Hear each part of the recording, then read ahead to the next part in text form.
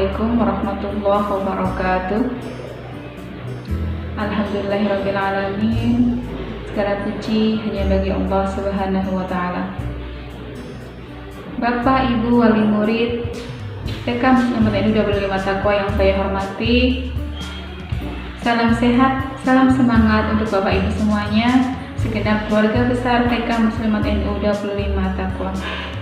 Perkenalkan, di sini saya Yuyun Hedriati selaku pendidik di TK Muslimat NU 25 Taqwa menyampaikan beberapa hal terkait kegiatan belajar dan mengajar yang untuk saat ini dilaksanakan secara daring melalui BDR atau belajar dari rumah.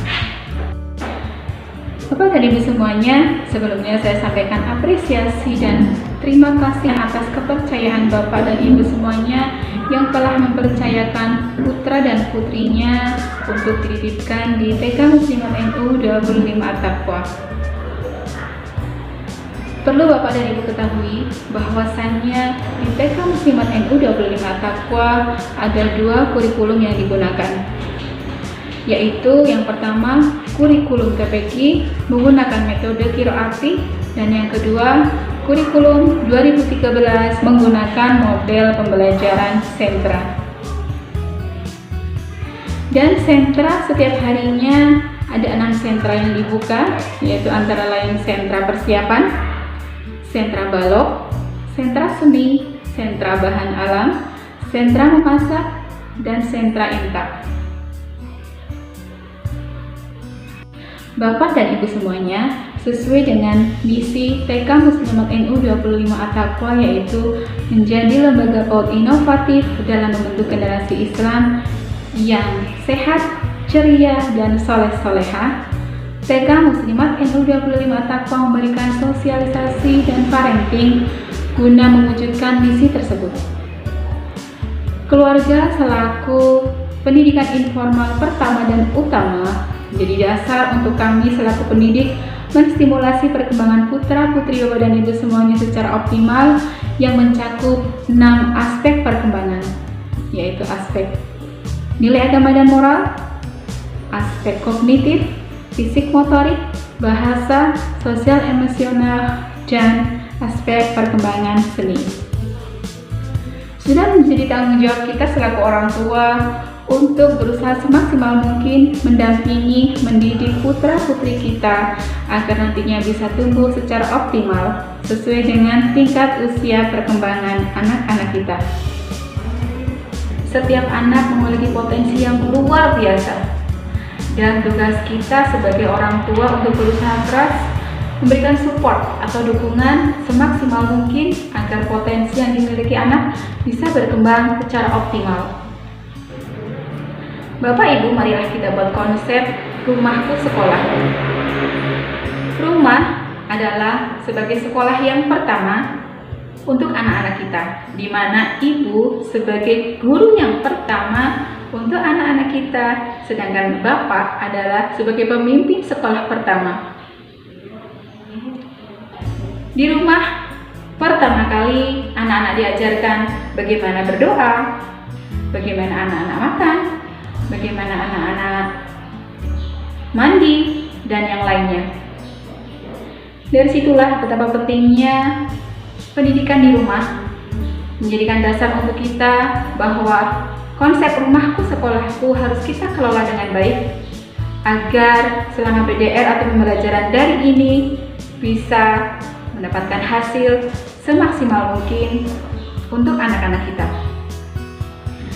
Pembelajaran daring tidak selamanya dilakukan dengan atau dalam jaringan.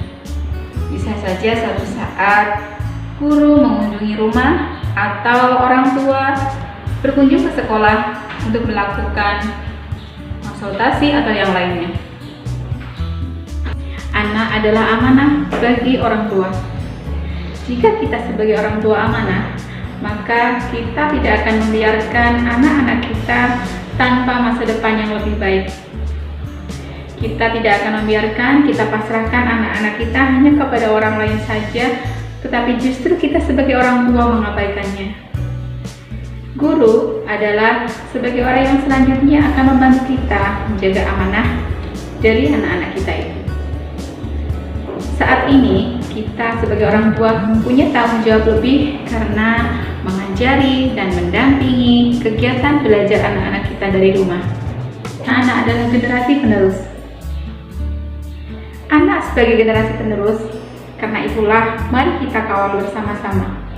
Memang tidak mudah, tapi yakinlah dengan ikhtiar duniawi dan ukhrawi, insya Allah apa yang kita cita-citakan bisa mendapatkan jalan. Anak adalah tabungan amal di akhirat. Pastinya kita sudah ketahui semua bahwasannya di antara 3 amal yang tidak akan putus adalah salah satunya anak soleh yang akan mendoakan orang tuanya bukan hanya ketika kita hidup, bahkan ketika kita sudah tiada. Mulai saat ini kita niati membimbing, mendampingi anak-anak kita sehingga saat Allah bertanya kepada kita tentang bagaimana anak-anak kita jawab, ya Allah, saya sudah berusaha semaksimal mungkin membimbing dan mendidik anak-anak kita. Anak adalah hiasan dunia bagi orang tua. Ia akan menjadi hiasan yang indah tatkala kita sebagai orang tua memoles dengan baik, tetapi hiasan ini akan sirna ketika kita tidak memolesnya dengan baik. Bapak Ibu wali murid TK Pusat NU 25 At-Taqwa yang saya hormati, untuk selanjutnya dalam kegiatan pembelajaran daring atau BDR, kita harus memahami mood anak-anak kita, kecenderungan hati anak-anak kita, bahwa anak-anak kita tidak bisa dipaksakan. Mereka mempunyai keinginan yang luar biasa yang semestinya bisa kita pahami. Bapak dan Ibu semuanya, kita bisa meningkatkan minat belajar anak dengan beberapa cara, diantaranya yang pertama yaitu memahami keluh anak. Yang kedua, memanfaatkan fasilitas yang ada di rumah. Bapak dan Ibu semua bisa memanfaatkan apa yang ada di rumah, misalnya benda-benda yang ada di sekitar rumah, bahan alam, barang bekas, atau perangkat-perangkat yang ada di rumah. Yang ketiga, memanfaatkan waktu kapanpun.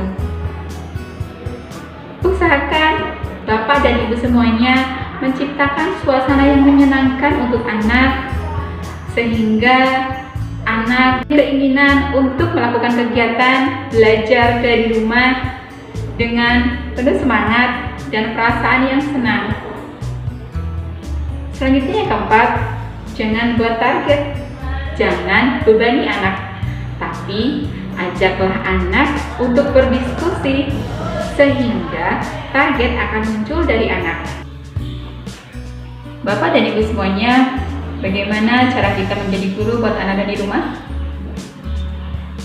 Ya, kita Bapak Ibu semuanya bahwa kita bisa menjadi guru yang hebat untuk anak-anak kita ketika belajar di rumah, yaitu dengan cara yang pertama, menumbuhkan kecintaan anak kepada buku, yang diawali dengan orang tuanya dengan membiasakan diri membaca buku dan nantinya akan menjadikan contoh atau teladan untuk anak-anak kita yang juga akan mencintai atau terbiasa membaca buku. Sesekali juga kita perlu membacakan buku untuk anak sehingga ada kedekatan secara emosional antara orang tua dengan anak-anak kita. Yang kedua, menyediakan alat tulis atau alat belajar. Bisa berupa kertas, buku tulis, pensil, spidol, krayon, gunting, lem, dan yang lainnya.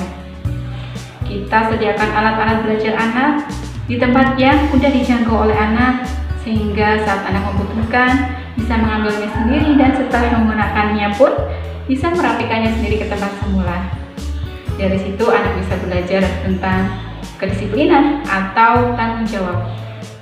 Yang ketiga, memanfaatkan benda yang ada di rumah atau yang ada di sekitar rumah untuk belajar. Yang keempat, libatkan anak dalam pekerjaan sehari-hari tentang life skill atau pengembangan karakter. Misalnya tentang cara mencuci tangan sendiri dengan benar, menggunakan sabun, air yang mengalir, atau yang lainnya. Bapak Ibu dan semuanya, karir mungkin gagal, bisnis mungkin gagal. Tidak masalah, toh masih bisa diulang. Tapi kalau parenting atau mendidik anak harus berhasil, karena mana mungkin bisa diulang. Tips dan trik selama belajar melalui BDR. Yang pertama, lakukan briefing kepada anak dengan menyampaikan jadwal kepada anak tentang kegiatan anak sebelumnya.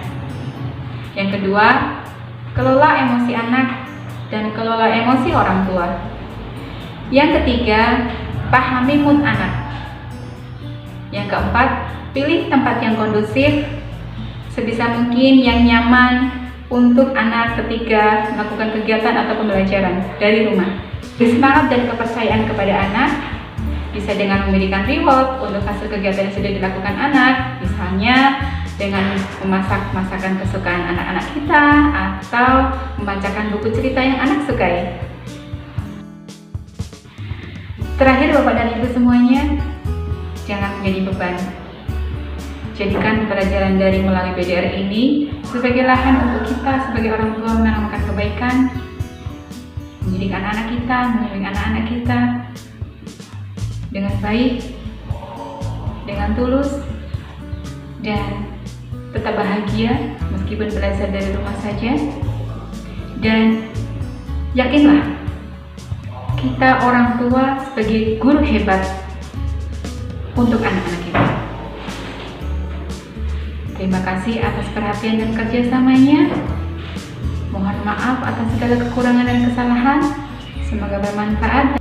Assalamualaikum warahmatullahi wabarakatuh.